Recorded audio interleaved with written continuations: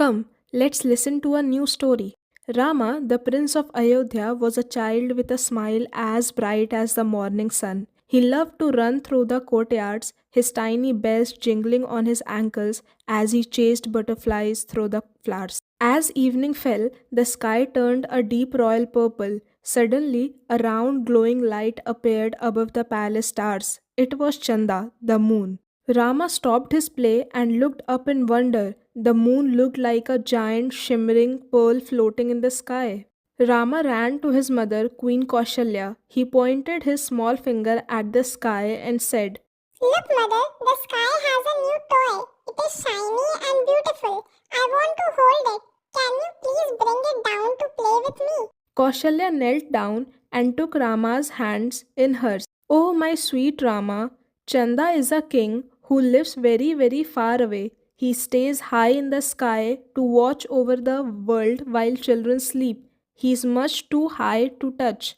But Rama was a determined little prince. He didn't want the moon to stay in the sky. He wanted it in his hands. He sat down on the floor and crossed his arms.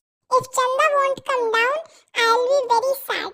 Queen Kaushalya's heart melted as she watched her son. She wanted to make him happy. She looked at the moon and then at the palace fountain, and suddenly she had a magical idea. She tapped her chin and smiled. Wait right here, my little prince, Mother Kaushalya said.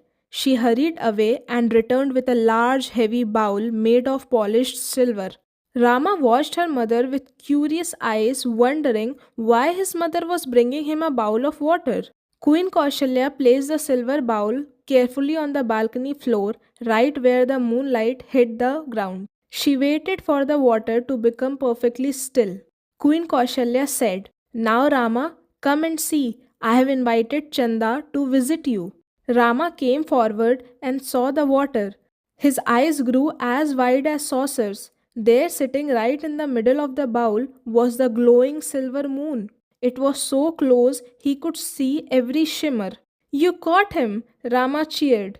As Rama touched the water, the moon began to ripple and dance. He spent the rest of the evening laughing and playing with moon's reflection. Soon his eyes grew heavy and he slept in his mother's arms, happy that he finally had the moon all to himself. To listen such cute stories and to be near to God's thoughts, please like and subscribe.